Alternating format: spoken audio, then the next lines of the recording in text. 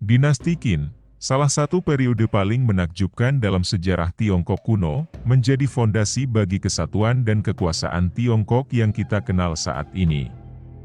Dengan penggabungan kekuatan militer yang luar biasa dan ambisi politik yang tak terbendung, Kaisar Qin Shi Huang, pemimpin yang kontroversial, membawa Tiongkok keluar dari masa perang negara-negara berpisah menuju penyatuan yang kokoh. Di balik kejayaan ini tersembunyi misteri dan penemuan yang menggetarkan dunia, termasuk tentara terakota yang megah. Mari kita telusuri cerita yang mempesona ini tentang kekuasaan, kebijaksanaan, dan intrik di balik dinasti Qin.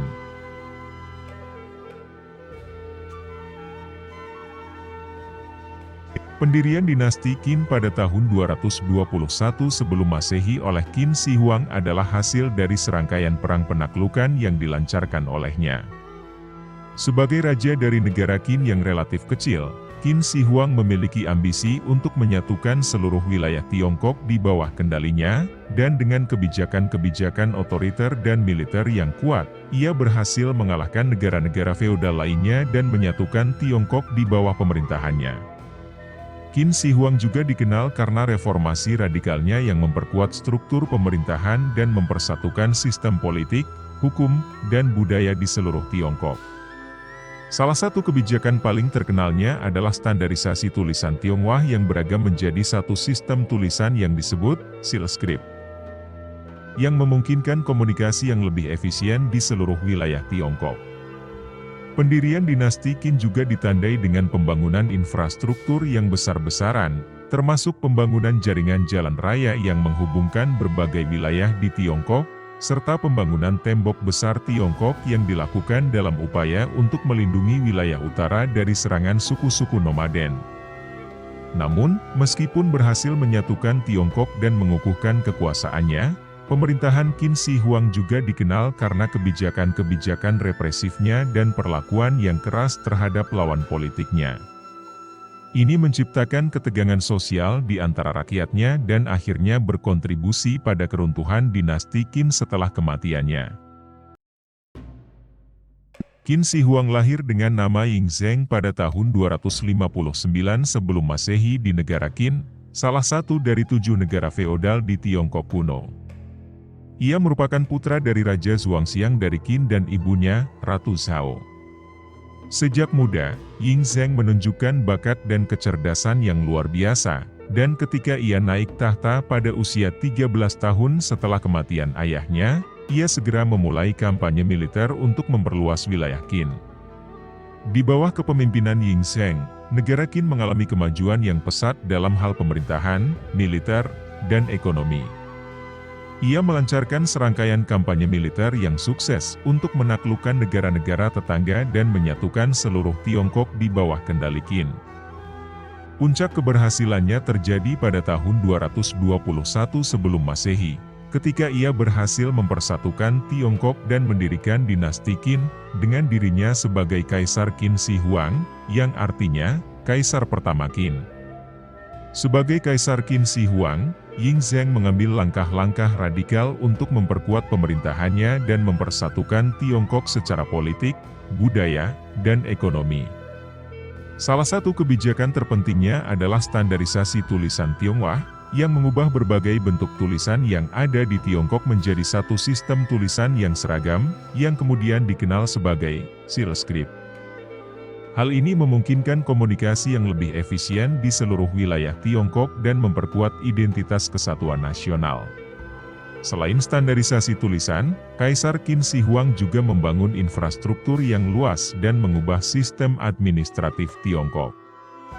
Ia memperluas jaringan jalan raya dan kanal, membangun benteng pertahanan, dan memperkenalkan sistem mata uang yang seragam di seluruh wilayah Tiongkok. Pemerintahannya juga dikenal karena mengadopsi sistem birokrasi yang terorganisir dengan baik, di mana para pejabat ditempatkan berdasarkan kemampuan mereka, bukan status sosial atau kebangsawanan. Selama masa pemerintahannya, Kaisar Qin Shi Huang juga mengawasi proyek-proyek besar seperti pembangunan tembok besar Tiongkok yang membatasi wilayah utara dari serangan suku-suku nomaden, serta pembangunan Istana Eterna yang terkenal. Sebuah kompleks istana besar yang dipenuhi dengan patung-patung perunggu. Namun, kepemimpinan Qin Shi Huang juga diwarnai oleh kebijakan-kebijakan represif dan otoriter. Ia melarang kebebasan berbicara dan menindas setiap bentuk oposisi politik. Ia juga terkenal karena penghancuran dan pembakaran banyak buku serta penguburan hidup-hidup sejumlah filsuf dan cendekiawan yang dianggapnya mengancam kekuasaannya. Meskipun kontroversial, keberhasilan politik dan kebijakan-kebijakan pembangunan Kaisar Qin Shi Huang membawa Tiongkok ke puncak kejayaan dan stabilitas dalam sejarahnya. Namun, masa kejayaan tersebut juga diikuti oleh perjuangan dan konflik yang berujung pada keruntuhan dinasti Qin setelah kematiannya. Salah satu aspek utama dari pemerintahan Qin Shi Huang adalah pembangunan infrastruktur yang luas di seluruh wilayah Tiongkok. Hal ini dilakukan dalam upaya untuk memperkuat kekuatan militer, meningkatkan perekonomian, dan memperkuat kendali pemerintah pusat atas seluruh wilayahnya. Salah satu proyek infrastruktur yang paling terkenal adalah pembangunan jaringan jalan raya yang luas. Jalan-jalan ini menghubungkan berbagai wilayah di Tiongkok, memfasilitasi perdagangan, transportasi militer, dan administrasi pemerintahan yang efisien. Selain jalan raya, dinasti Qin juga membangun kanal dan sistem irigasi yang kompleks. Kanal-kanal ini digunakan untuk mengalirkan air untuk pertanian, meningkatkan produktivitas pertanian, dan mendukung populasi yang semakin bertambah.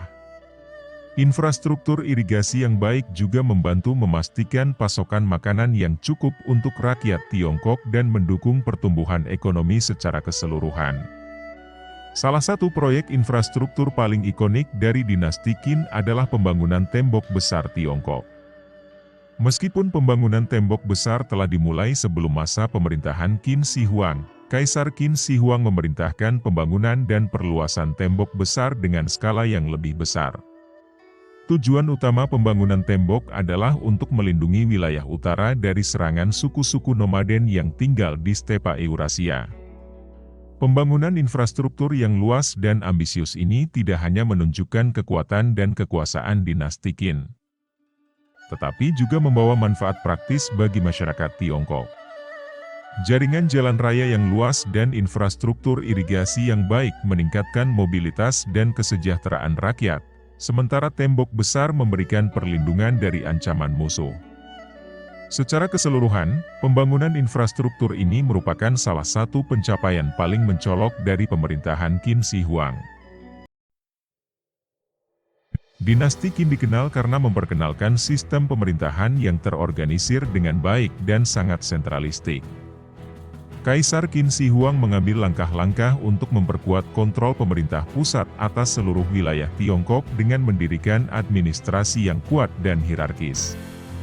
Ia membagi Tiongkok menjadi provinsi-provinsi yang diperintah oleh gubernur yang ditunjuk langsung oleh pemerintah pusat, bukan oleh keluarga bangsawan lokal seperti yang terjadi sebelumnya.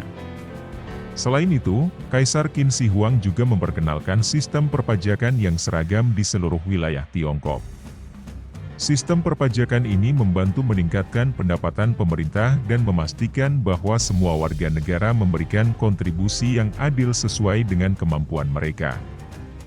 Ini juga memperkuat kewenangan pemerintah pusat atas keuangan dan ekonomi nasional. Dalam hal administrasi pemerintahan, Kaisar Qin Shi Huang juga memperkenalkan sistem birokrasi yang berbasis pada meritokrasi. Pejabat-pejabat pemerintah diangkat berdasarkan kemampuan dan prestasi mereka, bukan status sosial atau kebangsawanan. Hal ini memungkinkan pemerintah untuk mempekerjakan pejabat yang kompeten dan efektif dalam mengelola urusan pemerintahan, meskipun seringkali hal ini juga menimbulkan kontroversi dan ketidakpuasan di antara kelompok elit yang kehilangan kekuasaan.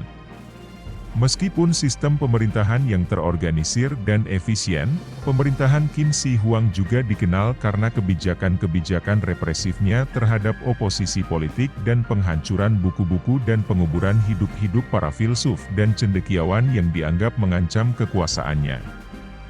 Meskipun memiliki kelemahan dan kontroversi, sistem pemerintahan Qin Shi Huang membawa stabilitas dan kemajuan besar bagi Tiongkok pada zamannya. Kehancuran dinasti Qin terjadi setelah kematian Kaisar Qin Shi Huang pada tahun 210 sebelum Masehi. Meskipun Qin Shi Huang telah berhasil menyatukan Tiongkok dan mencapai banyak prestasi dalam pembangunan dan reformasi, pemerintahannya juga dipenuhi dengan kebijakan-kebijakan represif dan ketidakpuasan rakyat.